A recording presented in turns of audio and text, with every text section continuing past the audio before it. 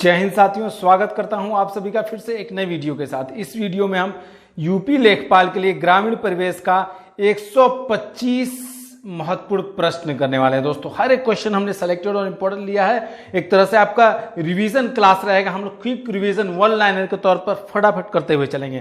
तो वीडियो शुरू करते हैं पहले क्वेश्चन के साथ। फर्स्ट क्वेश्चन है, एकीकृत बागवानी विकास मिशन किस मंत्रालय द्वारा शुरू किया गया है? तो आपका कृषि और किसान कल्याण मंत्रालय द्वारा शुरुआत हुई थी आपका वर्ष 2014-15 में। अगला है आपका, सांसद आदर्श ग्राम योजना किस मंत्रालय के अधीन है? तो आपका ग्रामीण विकास मंत्रालय के अधीन शुरुआत हुई थी 1993 में। अगला, नई मंजिल योजना किस मंत्रालय द्वारा शुरू की गई? तो अल्पसंख्यक कार्य मंत्रालय द्वारा शुरू की गई, शुरुआत हुई थी अगस्त 2015 में। एक कछवांशी कितने उनवांशी के बराबर होता है? तो 20 उनवांशी के। एक हाथ बराबर होता है कितने इंच के? तो 18 इंच के। एक हेक्टेयर कितना बीघा का होता है? तो 3.95 बीघा का। भूमि की पैमाइश मतलब नाप का कार्य कौन सा विभाग करता है? तो राजस्व विभाग करता है। राजस्व परिषद की स्थापना कब हुई थी? तो 1831 इलाहाबाद में। वृक्षारोपण कार्यक्रम से संबंधित कार्य किस राजस्व अनुभाग द्वारा किया जाता है? तो आपका राजस्व अनुभाग 2 द्वारा। उत्तर प्रदेश में इस समय कुल कितने राजस्व न्यायालय हैं आपका? तो 2651। राजस्व न्यायालय में सबसे निचला न्यायालय कौन सा है? तो आपका नायब तहसीलदार का। अरबी भाषा में तहसील का क्या अर्थ है? तो आपका राजस्व सृजन या फिर संग्रह। भू राजस्व से संबंधित मुकदमों का निर्णय कौन करता है? तो आपका तहसीलदार करते हैं। खसरा और खतौनी का निरीक्षक मतलब भू लेख निरीक्षक कौन होते हैं? तो आपका कानूनगो या फिर राजस्व निरीक्षक होते हैं। अगला क्वेश्चन, आम आदमी बीमा योजना में लाभार्थी की आयु सीमा क्या है? तो आपका 18 to 59 वर्ष है आपका। प्रीमियम इसमें 200 रुपए मिल रहा है। प्रत्येक जिले का सबसे बड़ा राजस्व अधिकारी कौन होता है? तो कलेक्टर होते हैं। सभी गांवों में सरकार के प्रतिनिधि के रूप में लेखपाल किस वर्ष नियुक्त किए गए? तो वर्ष 1918 में। राज्य कृषि प्रबंध संस्थान कहां स्थित है? तो आपका रहमान खेड़ा लखनऊ में। उत्तर प्रदेश भूमि एवं जल संरक्षण अधिनियम किस वर्ष पारित किया गया? तो 1983 में। उत्तर प्रदेश राज्य बीज प्रमाणीकरण संस्था की स्थापना किस वर्ष की गई? तो 1976 में। राज्य कृषि उत्पादन मंडी परिषद की स्थापना कब की गई? तो वर्ष 1973 में। उपकार मतलब UP council of agriculture research की स्थापना कब की गई? तो 14 जून 1989 में। इंडियन शुगर कमेटी की स्थापना आपका 1920 में। उत्तर प्रदेश में गन्ना विकास विभाग की स्थापना कब हुआ? वर्ष 1935 में। उत्तर प्रदेश भूमि सुधार निगम की स्थापना कब की गई? तो 1978 में। भारत की प्रथम चीनी मिल स्थापित की गई थी आपका वर्ष 1903 में आपका देवरिया जिले के प्रतापपुर में। उत्तर प्रदेश सहकारिता विभाग की स्थापना किस वर्ष की गई? तो वर्ष 1904 में। कर्मचारी राज्य बीमा योजना का शुभारंभ कब हुआ? 24 फरवरी 1952 में कानपुर नगर से हुआ था। अगला क्वेश्चन है, सीलिंग कानून के प्रावधानों के अनुसार प्रदेश के एक व्यक्ति के नाम भूमि की अधिकतम सीमा कितनी है? तो 18 एकड़ है, याद रखेंगे। भावर क्षेत्र की मृदा होती है तो आपका कंकरीली पथरीली होती है। भारत में रैयतवाड़ी व्यवस्था कब लागू की गई? तो 1772 में। प्रधानमंत्री मत्स्य संपदा योजना कब शुरू की गई? सितंबर 2020 को। स्मारक 84 गुंबद उत्तर प्रदेश के किस जिले में है? तो आपका कालपी में है, जो कि जालौन जिले में है। जनगणना 2011 के अनुसार किस राज्य में एक भी महानगर नहीं है? तो आपका हिमाचल प्रदेश में। यहां पर 90% आबादी जो है ग्रामीण आबादी 2011 की जनगणना के अनुसार। अगला है आपका, स्वर्ण जयंती ग्राम स्वरोजगार योजना जो है आपको 1999 में शुरू हुई थी। काम के बदले अनाज योजना NFWP 2004 में शुरू हुई थी। प्रधानमंत्री रोजगार योजना PMRY आपको 1993 में शुरू हुई थी। राष्ट्रीय ग्रामीण रोजगार गारंटी अधिनियम नरेगा 2005 में शुरू हुई थी। प्रधानमंत्री ग्राम सड़क योजना में केंद्र व राज्य सरकारों के अंशदान का अनुपात कितना पाया जाता है? तो आपका 60:40 का है। 60% केंद्र और 40% राज्य वहन करती है। अगला है, राष्ट्रीय कृषि विकास योजना किस पंचवर्षीय योजना के अंतर्गत प्रारंभ हुई थी? आपका 11वीं पंचवर्षीय योजना में प्रारंभ हुई थी सन 2007 से 2012 के दौरान में। अगला है, प्रधानमंत्री कृषि सिंचाई योजना त्वरित सिंचाई लाभ कार्यक्रम कब शुरू किया गया? तो 1996-97 में शुरू किया गया था। अगला क्वेश्चन, अर्गट रोग किस फसल में लगता है? तो आपका बाजरा में लगता है। प्रयोगशाला में मृदा परीक्षण कराने पर स्वस्थ भूमि में जीवांश कार्बन मतलब ऑर्गेनिक कार्बन की मात्रा कितनी होनी चाहिए? 0.8% से अधिक होनी चाहिए। अगला है, प्याज में पीला रंग किस तत्व के द्वारा पैदा होता है? तो आपका क्वेरसीटीन पिगमेंट से होता है ये। प्याज में लाल रंग किसके द्वारा उत्पन्न होता है? एंथोसाइनिन के कारण।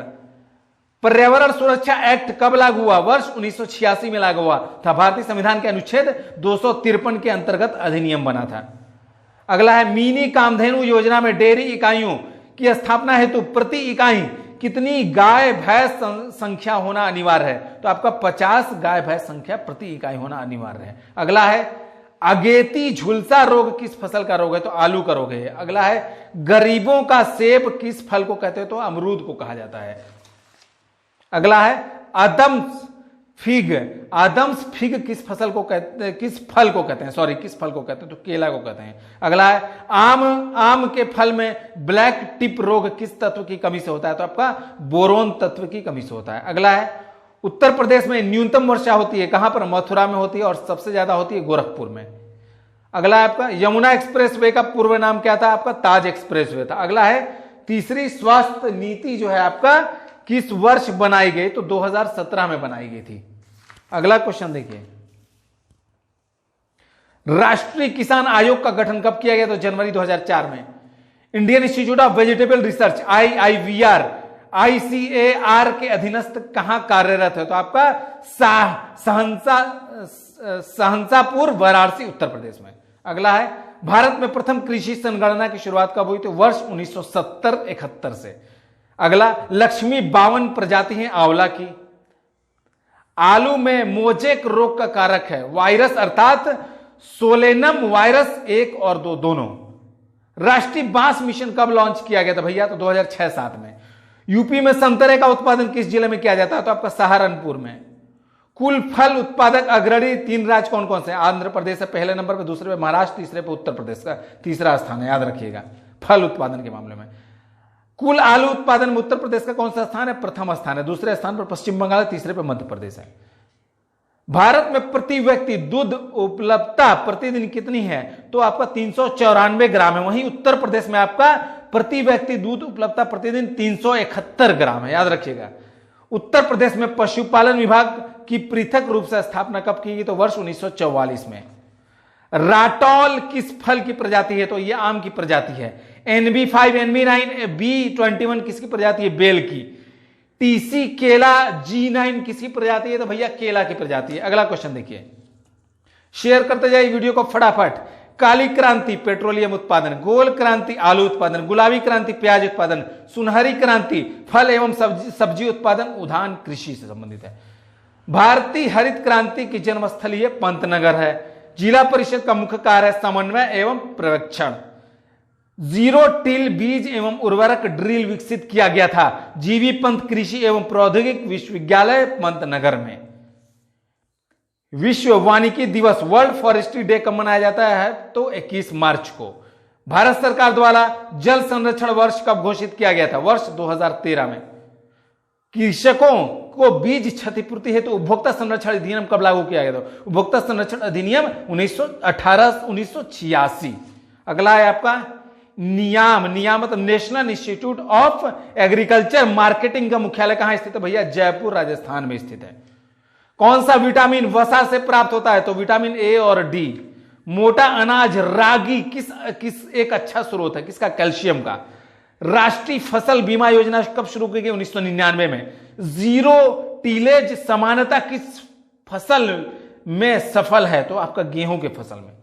प्रधानमंत्री कृषि सिंचाई योजना को स्वीकृति दी गई कब? 1 जुलाई 2015 को स्वीकृति दी गई और इसमें 75:25 जो है केंद्र और राज्य का वहन है और 90:10 जो है आपका पूर्वोत्तर और पहाड़ी राज्यों के लिए आपका केंद्र और राज्य वहन करते हैं इसमें खर्च इस योजना में। अगला है आपका वर्ष 2030 तक विश्व की आबादी कितने तक पहुंचने का अनुमान है? तो 8.3 बिलियन लगभग।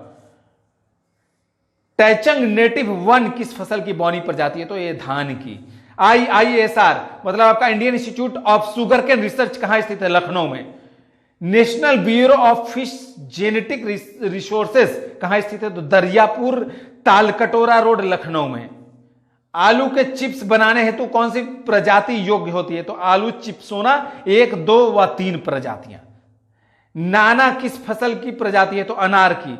दरोगा जी किस फल वृक्ष की प्रजाति विकसित की गई है? तो बेल की। दिल्ली मिल्क स्कीम डीएमएस की शुरुआत हुई थी वर्ष 1959 में। 1 हेक्टेयर क्षेत्रफल बराबर होता है 10,000 वर्ग मीटर या फिर 2.47109 एकड़ के। याद रखिएगा, 1 एकड़ क्षेत्रफल बराबर होता है तो 43,560 वर्ग फीट या फिर 4,840 वर्ग गज के। भारतीय कृषि अनुसंधान परिषद ICAR की स्थापना कब हुई? तो आपका ये 16 जुलाई 1929 में हुई, नई दिल्ली में। कृषि प्रसार में T&V मतलब ट्रेनिंग एंड विजिट योजना कार्यक्रम का कब शुरू हुआ? तो 1974 में शुरू हुआ था। अगला क्वेश्चन देखिए,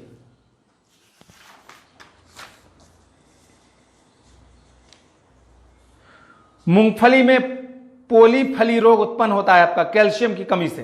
देश में किस वर्ष पहली बार कृषि जनगणना मतलब एग्रीकल्चर सेंसस कराई गई? तो वर्ष 1970 में। नेशनल डेयरी डेवलपमेंट बोर्ड की स्थापना कब हुई? तो वर्ष 1987 में।